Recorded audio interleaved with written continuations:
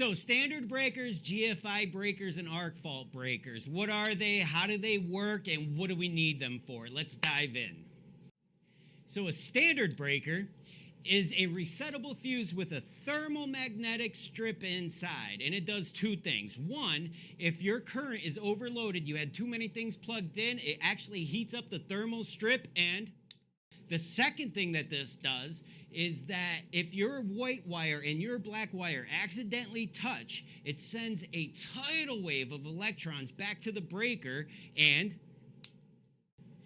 a GFI breaker is a little bit different and a little bit smarter. What it does is actually measures the electrons going out on the black wire and coming back on the white wire, and it makes sure that it's the same, because if that power comes out of the panel into me and into the ground.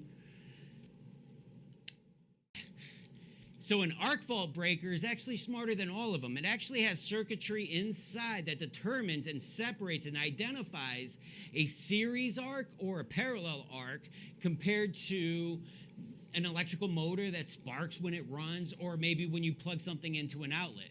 So a series arc, what that is when a wire is separated and those electrons jump that space, that separation. When it does that, a parallel arc is when you have wire running through a wall and maybe somebody shoots a nail and it rips off the sheathing, and from the black and white wires you get little electrons jumping, making a spark. When that happens, all right, so arc fault breakers prevents fires inside your house, $50 to $60. GFI breakers, they keep you from being electrocuted, $40 to $50.